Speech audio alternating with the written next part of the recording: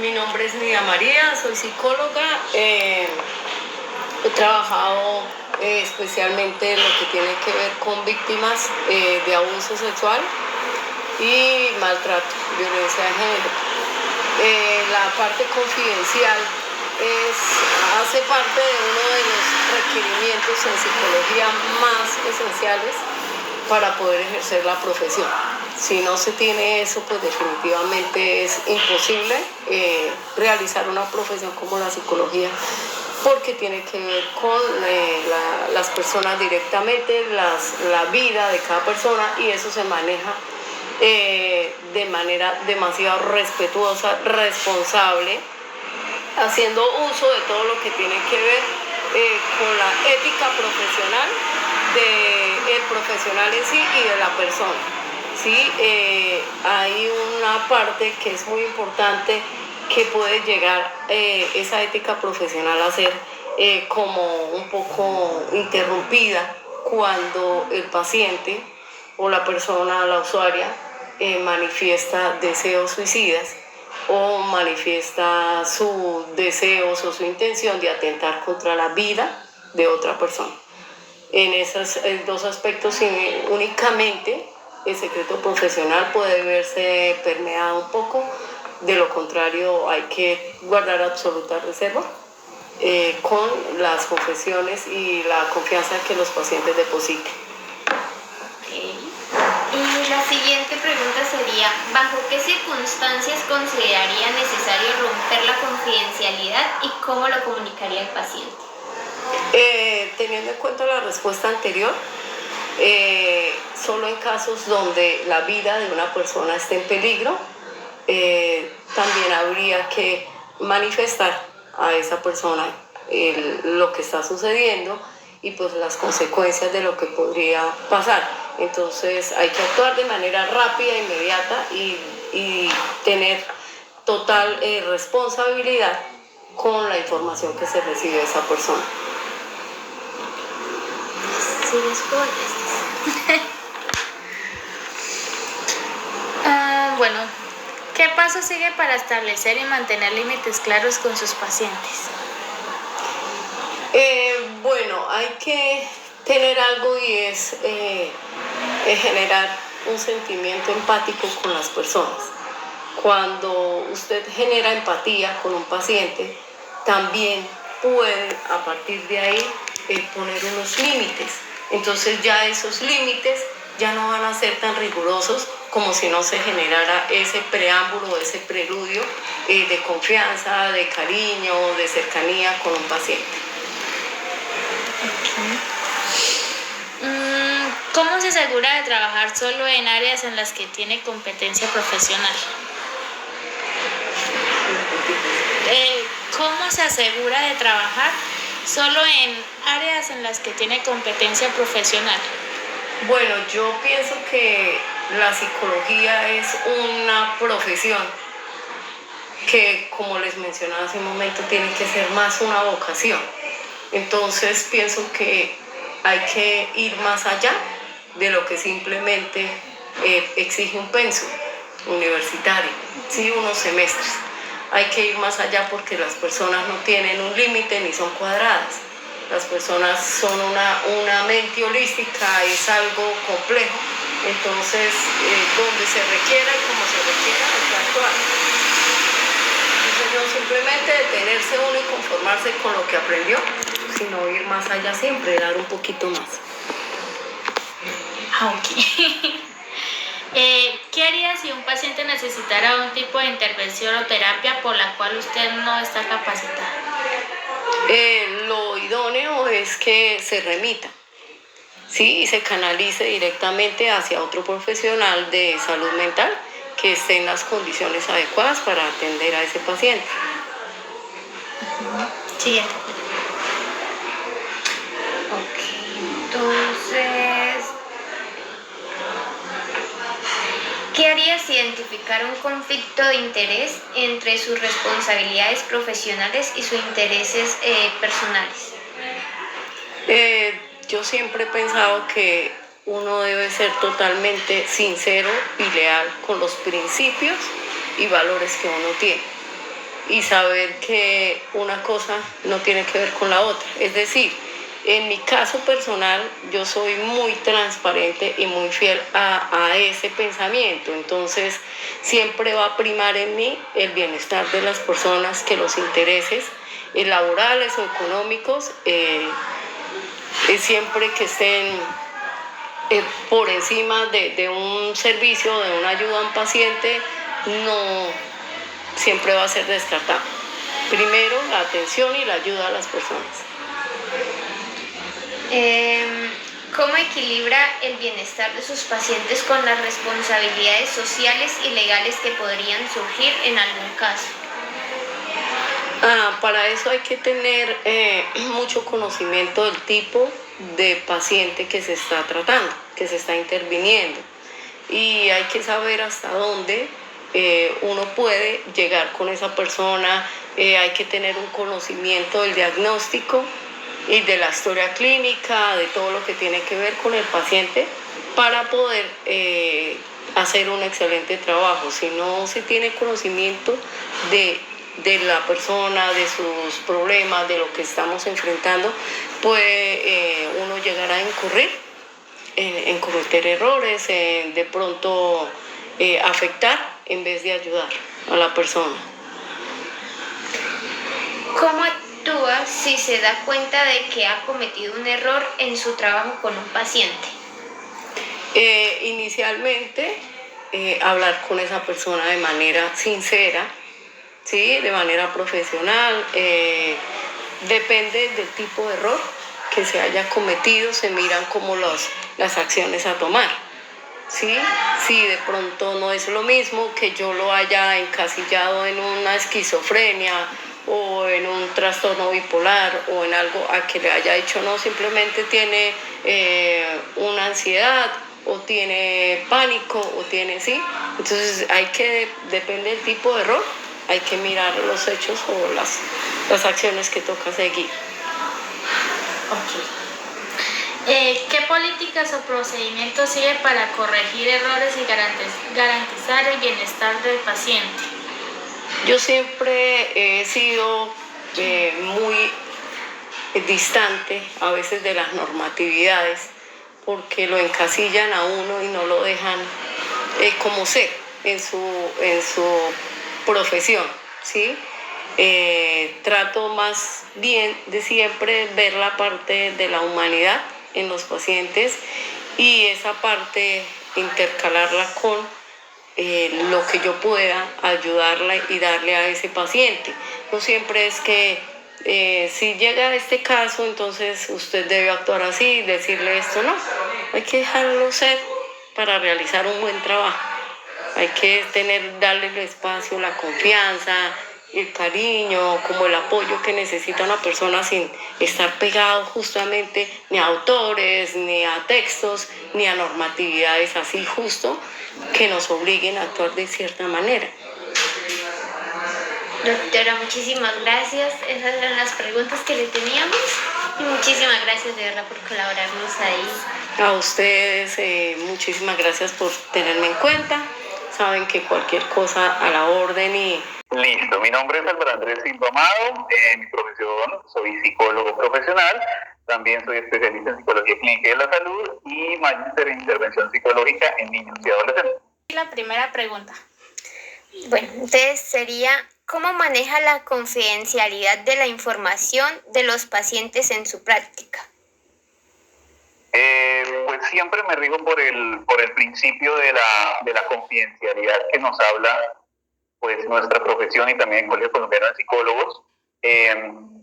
La manejo siempre con la prudencia de manejar la información, de ser ante todo muy responsable con el manejo. Claramente la información que yo manejo en mi atención con los usuarios, con los diferentes pacientes que manejo, siempre es una atención confidencial, siempre estoy muy pendiente que la información ni siquiera se llegue como a filtrar o a vaya a perder, ni yo mismo la comparta de manera irresponsable. De manera irresponsable, pues es claramente compartiendo datos de identificación del paciente, siempre haciéndolo de una manera muy como se dice, muy ética, muy responsable, muy profesional, y en dado caso que sí se comparta, pues respetando la confidencialidad y la privacidad de la persona, o sea, sin mencionar nombres, sin mencionar ningún dato específico, y siempre manejándolo con colegas. ¿Bajo qué circunstancias consideraría necesario romper la confidencialidad y cómo la comunicaría al paciente? Bueno, dependiendo de cuál sea la situación, porque eso se convierte en dilemas bastante éticos, con el tema de romper la confidencialidad. Yo creo que la principal y que hay que tener muy en cuenta es cuando lo que se está manejando en la sesión, en la terapia, puede llegar a dañar a terceros, o sea, personas fuera de la terapia, puede llegar a dañarme a mí como terapeuta o puede llegar a dañar a mi paciente. ¿Sí? En esos tres momentos en donde yo considero que ese daño que puede llegar a causarse a terceros, al paciente o a mí, es más grave, o sea, es más grave y tiene más relevancia que el secreto profesional, es el momento en el que se debe tomar esa decisión. Y claramente no es una decisión fácil y hay que llevar mucho, por así decirlo, un razonamiento y una preparación para poder tener esa decisión, porque no es fácil. Siempre mirando el menor mal, ¿sí? Si el menor mal es que yo pierda la relación terapéutica con mi paciente, pero un ejemplo, salvo una vida o salvo la integridad de una persona, la integridad física, porque sé que tal vez va a haber algún tipo de agresión física, que comprometa su integridad. Yo como profesional prefiero que la relación terapéutica pues se dañe, pero que ese secreto profesional que yo debo mantener no sea uno de los motivos que llegue a dañar a otra persona. ¿Cómo maneja los casos en los que se enfrenta un conflicto ético que le causa incomodidad? Bueno, me he enfrentado a varios, entre esos uno que bueno, sí, fue una experiencia bastante interesante, ya que yo estaba pues siguiendo el caso de una chica aproximadamente unos 28 años que estaba teniendo pues un problema con su pareja, que era también el papá de su hijo. Sí, era una relación muy inestable, iban, volvían, habían infidelidades y demás. En un punto lo que me expresa mi paciente es que su pareja también quiere mejorar y quiere ir al psicólogo. Entonces ella me dice que por favor yo sea también el psicólogo de la pareja de él. El problema es que se pierde el tema de la objetividad, ¿sí? Ser el psicólogo individual de los dos iba a ser complicado, porque entonces también tengo que tener un gran control para no dejar que las informaciones, por así decirlo, se mezclen, no solamente para revelar cosas del proceso de uno del otro, sino que también esos procesos que se llevan individualmente no lleguen a como contaminar el proceso individual. Entonces, pues justamente en ese dilema, pues obviamente no ocurrió así, pero yo dije, bueno, esto vamos a cuadrarlo. Y justamente ese dilema lo hablé con dos colegas que también esto trabajaban en terapia de pareja, y lo que pues llegamos tanto del razonamiento y pues hablándolo, más que decirle qué hacer, fue como un diálogo que tuvimos. Sí, ella me decía que no lo había tenido, ¿cierto? Yo le dije, pues yo tampoco, pero entonces hablamos acerca de este tema que le estoy hablando, de no dejar contaminar como los procesos y que uno no pierda la objetividad que tiene con un paciente o con el otro. Porque entonces cuando los dos están relacionados, uno puede llegar a querer favorecer más uno que el otro dependiendo del discurso. Bueno, son muchos elementos. Entonces llegamos a la conclusión, y miren que eso fue muy interesante porque fue algo que ella aprendió, que cuando se le vaya a presentar ya sabe cómo hacerlo, y en mi caso pues yo lo puedo manejar, ¿sí? Que lo ideal, y más que se estaban presentando problemas de pareja y también como que querían esto, en un punto, eso es lo otro, en un punto querían comenzar el proceso individual y que en un momento se convirtiera en terapia de pareja. ¿Sí? El razonamiento que hicimos con mi colega fue que lo más sano para el proceso y para que uno como que no se tergiverse la perspectiva era que como dice, que fuera un terapeuta, un psicólogo independiente quien lo atendiera a él, ¿sí? Para no dejar que ese tipo de cuestiones como que lleguen a mezclar, ¿sí? Porque llegan a darse justamente lo que digo, no es algo a nivel ético, pero que pues uno al final es un ser humano y tiene que manejar mucho cuando está en terapia de eso, poder mantener como esa idoneidad, esa objetividad. ¿Cómo actúa si se da cuenta de que ha cometido un error en su trabajo con un paciente? Bueno, todos cometemos errores, ¿sí? Incluso los psicólogos en terapia podemos llegar a cometer. Lo ideal siempre es que esos errores, primero que todo, no perjudiquen al paciente. Eso es muy importante. Y ante todo, que si yo cometo un error, y eso también lo tengo que prever, si ocurre un error en el proceso y demás, que no sea que no dañe tanto al paciente. Eso es muy importante.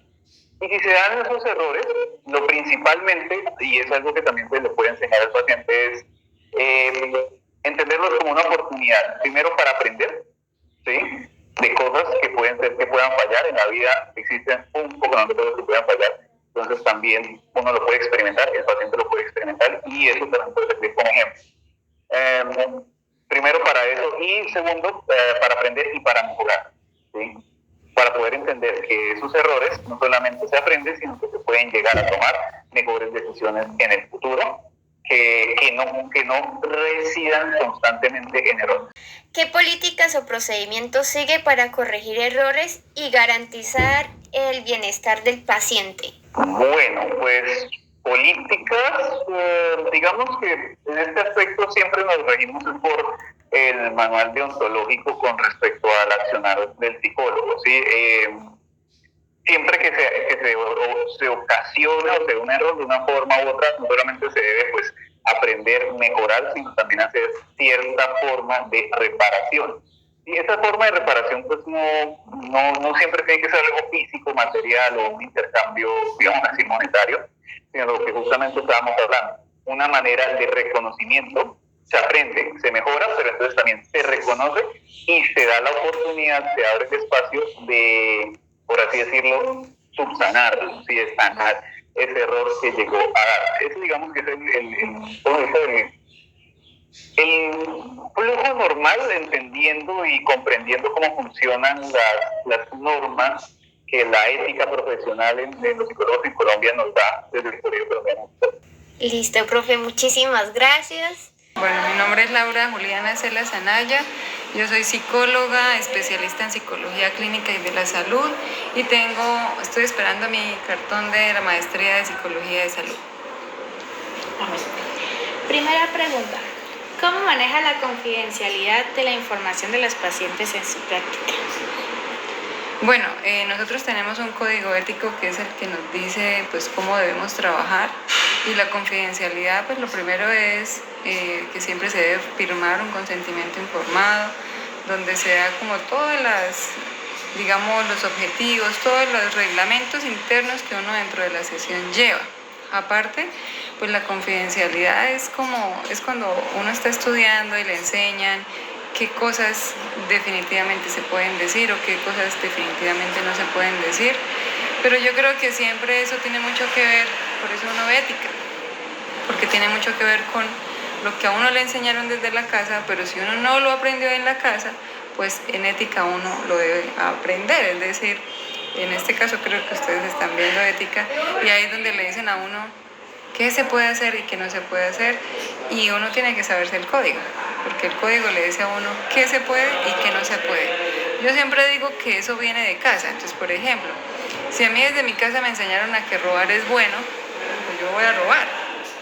Pero si yo estudio y mi código ético me dice que robar es malo y que realmente pues eso tiene que ver con todo lo de ciudadanía y demás, pues yo se supone que no voy a cometer ese error. Entonces yo pienso que la confidencialidad parte primero del consentimiento informado, y que yo tenga una comunicación directa con mi paciente y le diga qué se puede y qué no se puede hacer. Ahora, ¿bajo qué circunstancias consideraría necesario romper la confidencialidad y cómo lo comunicaría al paciente? Bueno, igual, entonces se supone que cuando firma el consentimiento, cuando yo inicio un proceso con un paciente, yo doy como todos mis parámetros, digo qué podemos hacer, qué no podemos hacer. Y en esa primera sesión es donde yo le digo las razones del por qué yo podría llegar a decir lo que esa persona me está diciendo. Y siempre va enfocado cuando esa persona comete algún tipo de riesgo, ¿sí? Entonces, si es decir, cuando yo digo que comete algún tipo de riesgo, es un riesgo para esa persona o un riesgo para otra persona. Cuando eso pasa, sí o sí, el paciente debe saber que yo tengo que comunicar esa información. Por ejemplo, que me diga que está intentando quitarse la vida, que está haciendo algún tipo de autolesión y yo sepa que es obviamente un riesgo para él, pues por esa razón al principio yo tomo todos los datos de algún familiar, de algún contacto y es lo que va a llevar a que yo tenga que decir porque es el bienestar de ese paciente, ¿sí? Es decir, se dice cuando el bienestar del paciente puede estar en juego. Esa es, digamos, yo creo que es la única razón por la cual yo, o la de otra persona, que de pronto él diga que le va a hacer daño a otra persona, entonces ahí también nosotros tendríamos que intervenir, obviamente con todo un protocolo y hacer el proceso. Y otra pregunta ya para finalizar sería, ¿cómo maneja los casos en los que se enfrenta a un conflicto ético que le causa incomodidad? Bueno, pues realmente a mí no me ha pasado eso porque yo creo que la experiencia lleva a que uno entienda, tal vez cuando uno es más joven, de pronto trato como de recordar eso, cuando uno es más joven pasa por situaciones que de pronto para las que uno no está preparado, pero cuando uno empieza a estudiar, yo creo siempre que como psicólogos, de pronto es un pensamiento no tan, es erróneo, pero es mi pensamiento, y es que nosotros no debemos discriminar a nadie, nosotros no debemos tener ningún tipo de situación que nos lleve a decir no lo atiendo. Primero eso, pero puede pasar, por lo que hablamos, por mi cultura, por lo que me han enseñado, por mis creencias. Eso puede ser una situación, porque somos también seres humanos y nos equivocamos. La otra situación que también podría llegar a pasar, por ejemplo, que a mí un familiar se muera o alguna situación que me haya pasado muy grave, algún tipo de abuso, algo que yo todavía de pronto no haya trabajado, superado y me llegue ese paciente. Pues si me llega ese tipo de paciente, pues me voy de pronto a bloquear, no voy a de pronto yo a dar lo que realmente se requiere para que ese paciente pues de pronto esté bien y que yo le pueda aportar lo que yo necesito aportar. Y creo yo que esa sería la única razón por la cual se remitiría. ¿Y cómo se remitiría? Pues se tiene que remitir. Entonces yo tengo que decirle, pues no decirle, no, es que soy homofóbica, no, pero sí decirle que por alguna situación particular, digamos que ahí sí que dice uno como una mentira piadosa, porque uno no va a ir a decirle al paciente que siente algún tipo de rechazo hacia él por la situación, porque pues simplemente se dice que algo está ocurriendo y que lo va a remitir a otro psicólogo y se habla con ese psicólogo y se va a hacer la remisión y que obviamente pues ese psicólogo yo también tengo que asegurarme de pronto de comentárselo para ver si también lo recibe, porque qué tal de pronto pase la misma situación y la idea es que el paciente pues esté protegido y se sienta bien, porque pues que alguien busque psicólogo es bastante complejo y ahora pues con ese tipo de situaciones que vuelvo y digo, como dije al inicio, para mí no deberían pasar, pero que cuando pasan, pues uno hace todo el proceso interno de pronto explicarle al paciente, de que él entienda y el por qué, pues voy a remitirlo. Por ejemplo, también puede ser porque el trabajo se acabe, el contrato, entonces yo tengo que explicarle, de pronto ahí es un poquito más fácil, pero de pronto pues sí hay que dejarle la claridad al paciente. ¿Listo? Muchísimas gracias, profe.